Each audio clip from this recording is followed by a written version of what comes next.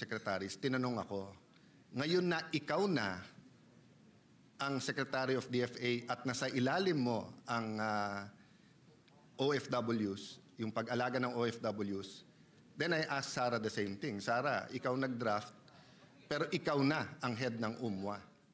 We came to the same conclusion. For example, when we were in Saudi Arabia, and I was really blessed, I thank God for that opportunity, Mr. Chair, kasi ibang level yung bait ng Secretary ng Foreign Affairs noon. Siya din ang tumulong sa atin secretly dun sa Kuwait sa problema natin.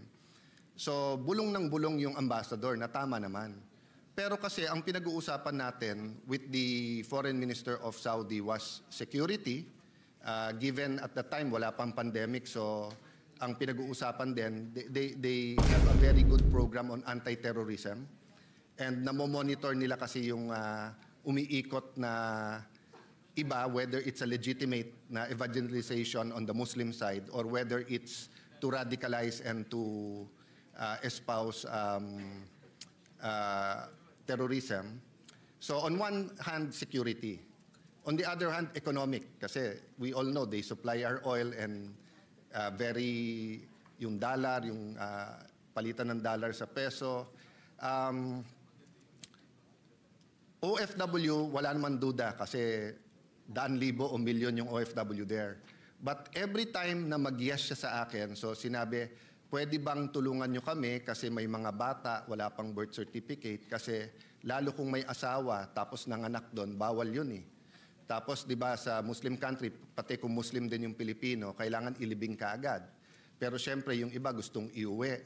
So every time mag-yes siya sa akin, may kasunod na binibigay yung ambassador. Kasi political yung ambassador natin noon, pero very, very good ambassador, si Ambassador Lonto. But the USEC naman, medyo iba yung na, sir, may hangganan ang goodwill o pakiusapan natin. No?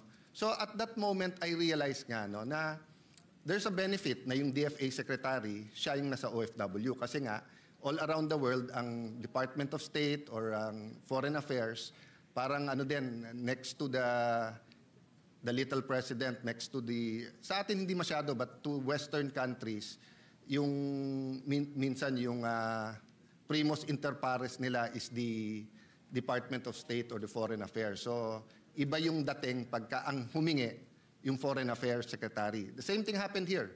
When the Russians called na may ganitong problema, the Chinese called may ganitong problema, the American ambassador said ganito ang problema, I would pick up the phone and call, and I'll say this is a diplomatic request. No? However, hati nga yung attention eh. Diba? So, I think as Secretary of Foreign Affairs, lahat ng lakad ko may meeting with the OFW. Sabi nung iba, hindi usually ginagawa yan. Okay, having said that, pag tinansya ko, wala pa rin 30% sa bawat lakad ko abroad yung meeting with the OFWs. So the reason we put the DMW, at least my personal reason, and I think nakumbinsin ng marami, Senator Bongo, Senator Joel, Senator Jinggoy were also big parts of this. Seksani supported us. There were some senators who didn't want it and was thinking na dumoble lang yung trabaho. Yun yung main point namin. Iba yung nakatutok talaga. And it's just too big. I mean, almost 10% ng ating GDP galing sa OFWs nung naghihirap tayo. Pera nila ang inaasahan natin hanggang ngayon. They're a big part of our GDP. Tapos pag ibabalik natin sa kanila, titipirin natin. Okay. So having said that, Mr. Chair, I want to put on the record, wala akong question sa administrative capability ng ating mahal na secretary and your staff. Yung pagpro-process. Of course, parating may angal yan. No? But ang point ko lang, you've gone through that from grade 1 to masteral ka na dyan or doctorate. No? But I have a series of questions just to see whether you're using that focus very well. How many secretaries or bilateral meetings have you had as secretary? First of all, how long have you been secretary? How long, Mr. Chairman, have the secretary?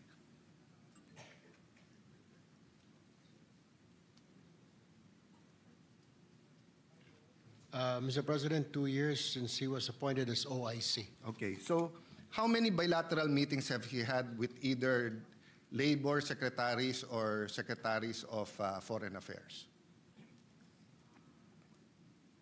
More or less. He asked for 1 minute suspension. Yeah, hindi naman to audit, so you can give me a ballpark, ano.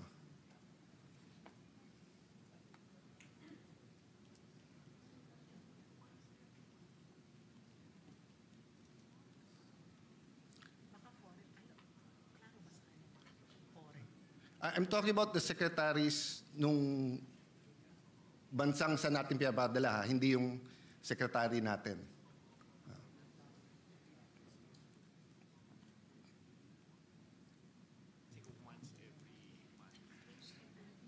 So, Mr. President, it's close to 30 bilateral meetings. 30. And So- the number keeps on rising. Yeah. So, for example, the top 10 OFW destinations is sa Saudi Arabia. How many times have you met and who have you met sa Saudi Arabia? And is it the secretary or is it the USEC? Minister or deputy minister?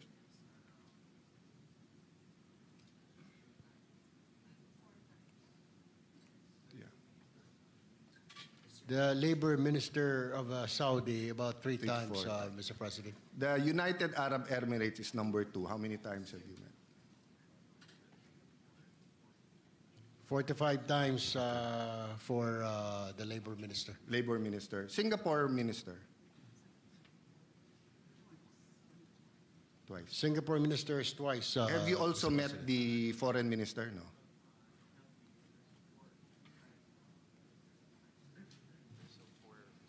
Two times the health minister and two times the Okay. labor. May I ask, Mr. Chairman, Mr. President, was this pull asides or this was in multilaterals or was this actual bilateral scheduled meetings of you visiting them or them visiting us? It's not on the sides, Mr. President. It was actual, Actual meetings. formal meetings, Mr. President. Okay. So I'm happy with your answers.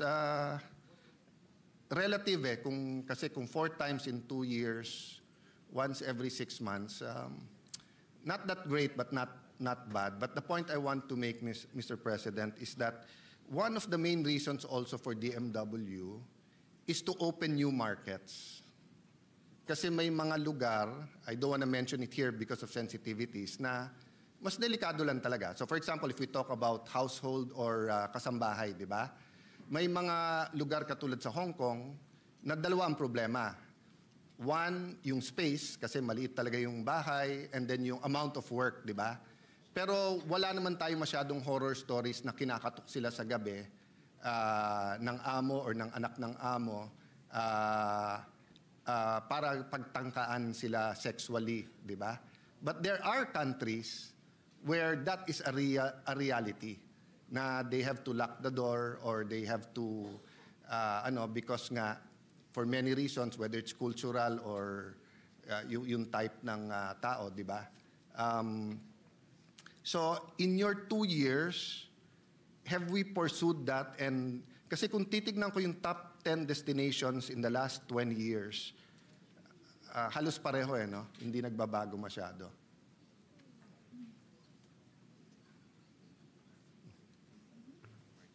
Actually, Mr. Chair, aside from those the good secretary mentioned, meron po tayong mga new markets na through his efforts this past few months, nariyan po yung Denmark, Finland, Croatia, Slovenia, Slovakia, Hungary, Bosnia and Herzegovina, Albania, Mexico, and Sweden. And there's a lot of job orders with active job orders, Mr. President, 238 in total. Number of employees, active job orders, 567. Total number of active job orders for these 10 countries is nasa 30,255. I'm very happy to hear that and congratulations kung ganon, no? And do you agree with me, Mr. Chair, or does the Secretary agree with me? Two sides kasi yan, no? Finding new markets na apples to apples with present skill level ngayon, no? Meaning, for example, let's say kasambahay sa Hong Kong, kasambahan sa Kuwait, kasambayan sa Denmark, Denmark, mas free sila, mas makakapag-aral sila, may upscaling sila doon, tapos mas mataas ang sweldo. So that's one reason you're focusing, di ba, on new markets. But do you agree with me? There's the second part na hindi nyo cargo lang ito, but cargo ng buong gobyerno to or ng buong lipunan, is kung paano talaga yung personal upgrading or upskilling nung mga empleyado, nung labor, para nga, so for example, di ba, kung yung first generation ay kasambayan sa Hong Kong, pero nakapag-aral yung anak pwedeng architect sa Japan or pwedeng nasa sales sa Singapore or chef sa Denmark, di ba? So hindi nyo fully cargo yung pangalawa.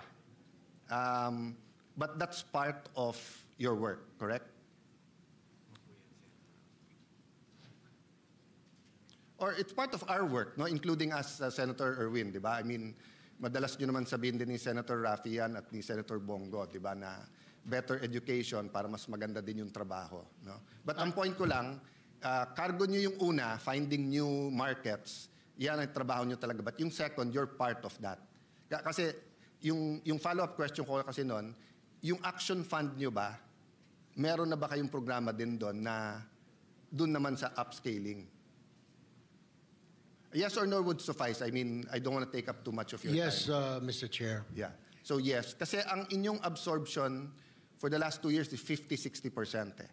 Personally, I want to give you more money. But to give you more money, you have to have the programs that can absorb this.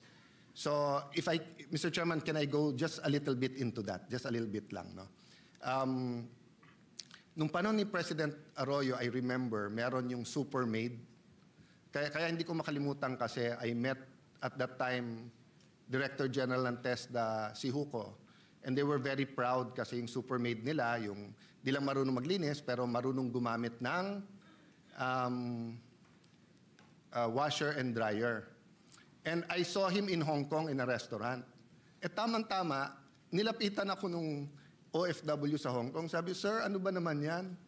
Pinapadaan kami sa bagong programa. So sabi ko, ayun yun, may upscaling. Sir, paano naging upscaling? Unang-una, may bayad. Pangalawa, sir, pinuturoan kami ng dryer washer sa Pilipinas, magkahiwalay pa.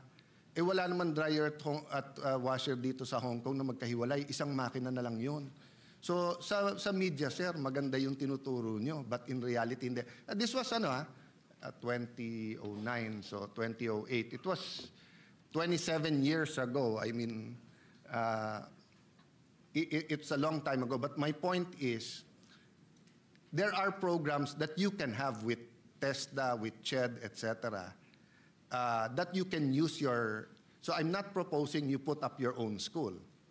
But if we do help you with your action fund, do you have ongoing projects, for example, with CHED, State Use, or with TESDA? Yes or no lang, I won't go into the details. Yes, I trust you guys. Under the reintegration program, Mr. President. Sa reintegration. Okay. But the reintegration is for them to, so for example, no, kung 10 years na sa Hong Kong na kasambahay, tapos let's say natuto magluto, so dito, mag-test na siya para mag-chef o mag-baker, the reintegration program is for them to work here. I'm talking about upscaling them para pagbalik nila sa abroad, they have better jobs. Kasama yan. Kasama po yung, Mr. President, ang TESDA dyan para sa upscaling ng mga OFW, upgrading po ng kanilang tools. So pag gusto po nila ng new career, kasama po yan. Okay. So I will trust our chairman. If you can convince our chairman that pwede niyong ayusin yung action fund and you can put the right data of helping, hindi lang OFWs, I think, Mr. President, do we have any data? Let me ask this question, then make my proposition. Do we have any data how many na anak ng OFW ang nag-OFW din? Kung walang data, okay lang. Pero kung meron, walang data. Do you have money for research? How much is your budget for research, Mr. Chair?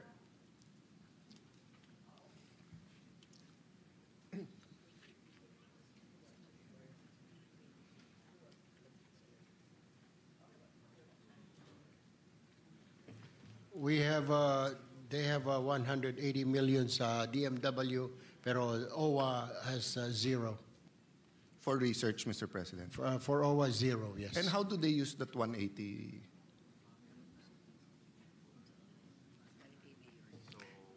They have an Institute of Advanced Studies, Mr. Chair. Mr. President.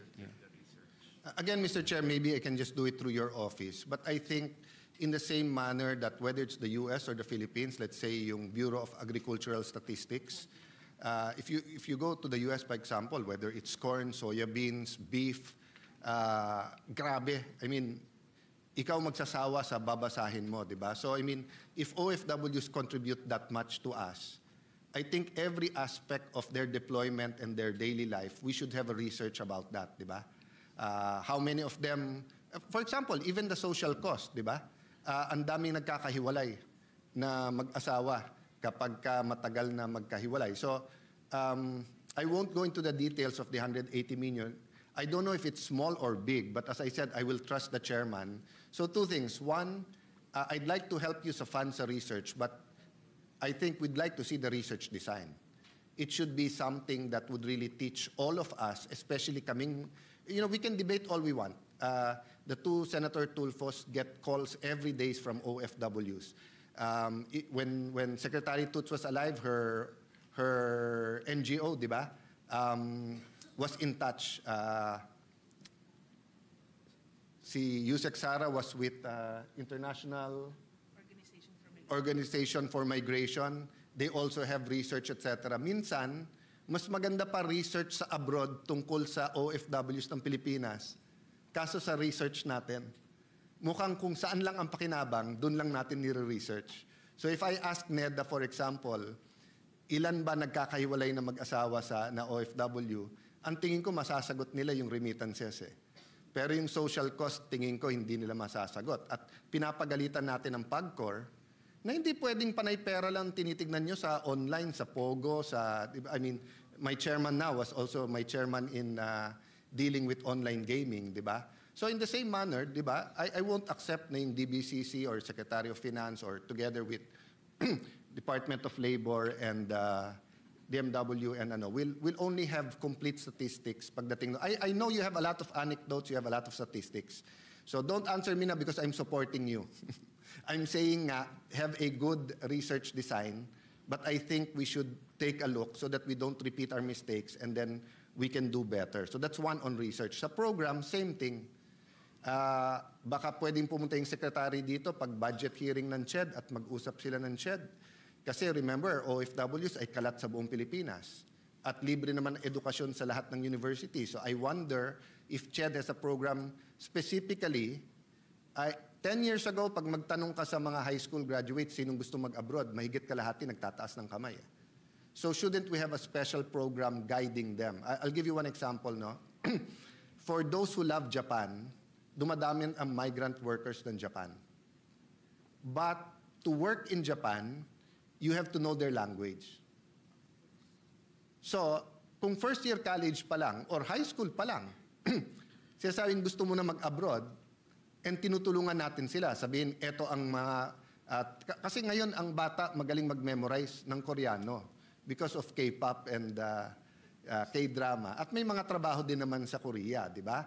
But kung titignan mo, 1/3 of the world speaks Spanish, 1/3 of the world speaks Chinese, Mandarin mostly, and 1/3 speaks English. Then, of course, depende kung ano target natin. But Japan is a beautiful country with beautiful culture that loves Filipinos. But ang problema, pag nag-ambisyon pa lang pumunta doon pa lang mag-aaral ng Hapon.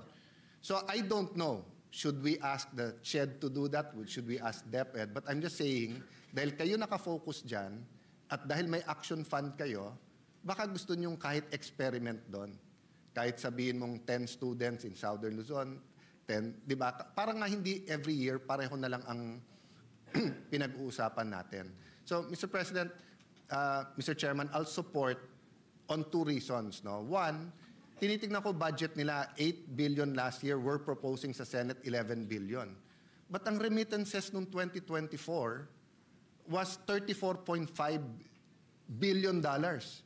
So that's about 2 trillion pesos. So, katulad ngayon, ang tinanggal sa DPWH, mahigit 2 billion. If there's somewhere good to put it, it's in the DMW. Pero hindi namin mailalagay unless mag-propose kayo Di ba? Kasi pakitang tao lang pag sinabi ko, Mr. Chairman, gawin na natin 15 yan o gawin natin 20. Hindi naman name that tune to or the price is right, di ba? Na parang sino mag-propose ng mas mataas na budget, mas mabango sa DMW at saka sa OFWs. Ang labanan dito, how you can hit the nail on the head. Yung mga programang kailangan talaga ng OFW. Which goes to my... so, would you agree? My question is to the chairman, not to the secretary. Chairman, napakaliit ng 11 billion compared sa remittances na binibigay po nila, hindi po ba? Agree, Mr. President. Pero to answer po yung your questions earlier, as a matter of fact, even before you brought up that research thing, may nakaschedule na po sila ngayong December for research policy and design. Number two, they are willing to submit a research design after that conference, Mr. President. Yes.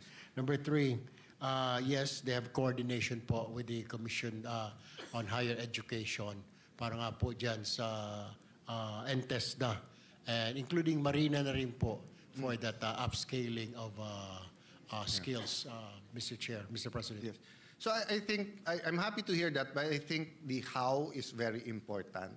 Because massive, di ba, 10 million Filipinos abroad. Officially ba, ilan yung OFWs? Around 7 million. 7 million officially.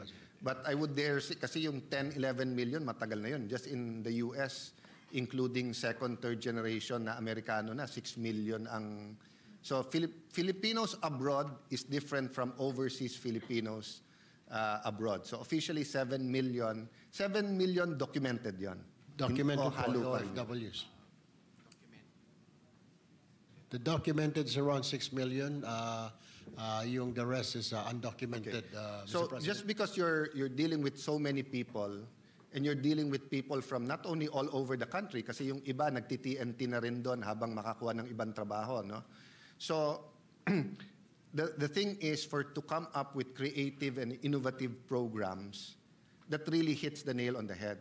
So may I ask, at least during your term or even longer than that, nagbabago ba yung design ng ating PIDOS at PAOS? Yes, Mr. President. Okay. Kasi na-notice ko dun sa PIDOS, Pre-Departure Orientation Seminar, aside from maikli, I'm talking about matagal na yan. Matagal ka naman dyan, Mr. Secretary, di ba? So when we're talking during Pinoy's time, di ba? Yung iba, para lang masabing may PIDOS, 2 hours, 3 hours, tapos na. On the side of the OFW, gusto na makaalis, excited, it's just one requirement you have to check. Sa recruiter naman, dahil nga maraming hingian locally and abroad, at saka umutang na yung OFW, so gusto mo na lang mapaalis. At that time, pati for certain number of years, I think 2014 to 2017 or 18, pati passport, magbabayad ka pa ng $500 to $1,000, makakuha ka lang ng passport. So sa dami ng gastos, makaalis na, hindi nakafocus sa PIDOS. So for example, ano finding halimbawa sa ibang Muslim countries? Sabi, sir, hindi kami pinapakain. Pero there are certain countries na hindi sila kanin every meal. So pinapakain sila, pero hindi kanin every meal. Diba? Pwera pa yung pag-fasting na Ramadan sa gabi yung ano. But my point is, the time to do that is really before they go